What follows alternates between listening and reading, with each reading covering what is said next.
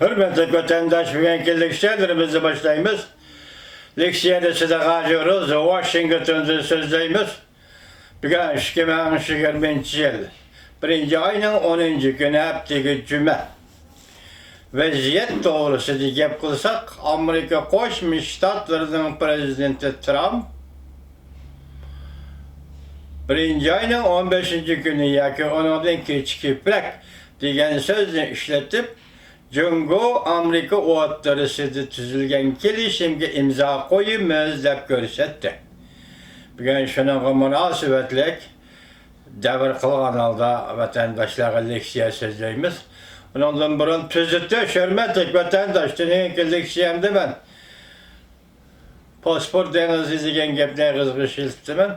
Undaq emas, asli Paris qo'ltig'i deb tüzütüp okuşanlarını, tüzütüp anlaşanlarını ümit kılıman, hürmetli vatandaşlar. Sözlevatkandı biraz söz de ağzın çıkıp gitip kalırken Paris koltuğu deyip tüzütüşanlarını ümit kılıman, hürmetli vatandaşlar. Mevzumunda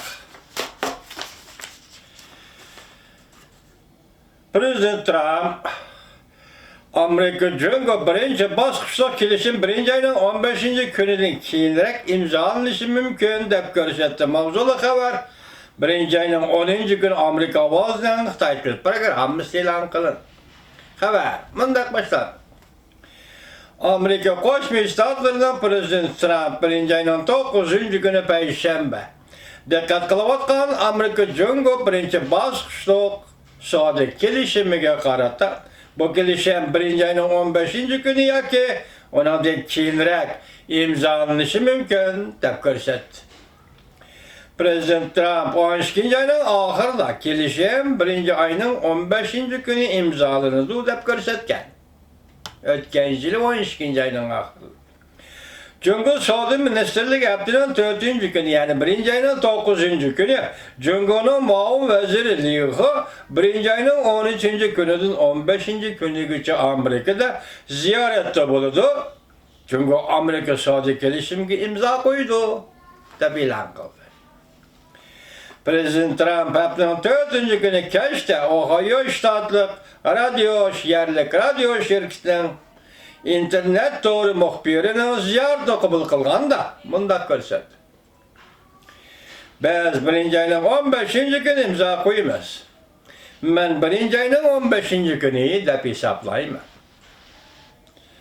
Yoki undan keyingi uzun bo'lmagan bir vaqt ichida. Lekin men yana 1. ayının 15. günü Cungo bilan ulug' bir kelishimga imzo qo'yamiz deb hisoblayman.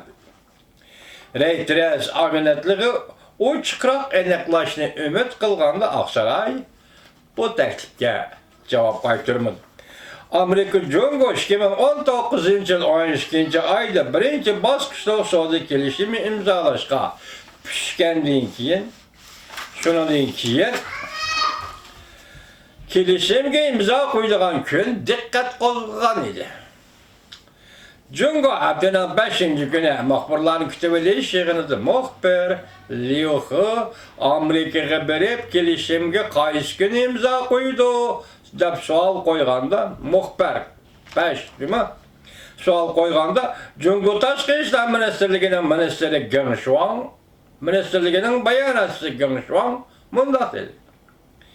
Tönügün muxbirlarni kutib olish yig'inida savdo ministrligining bayonotchisi bu meselelerge cevap qaytargan idi, men sizlarni yana boshqa uchur bilan ta'minlamayman dedi. Cungo Savdo Ministerligi haftanın 4. günü yani 1. ayının 9. günü Liu He mush ayının 13. günüden 15. günügacha Amerikani ziyorat qilib, kelishimga imzo qo'yilgan vaqt to'g'risida ikki taraf vakillari konkret o'rinlashtirish bo'yicha aloqa qilishyapti deb bildirgan edi.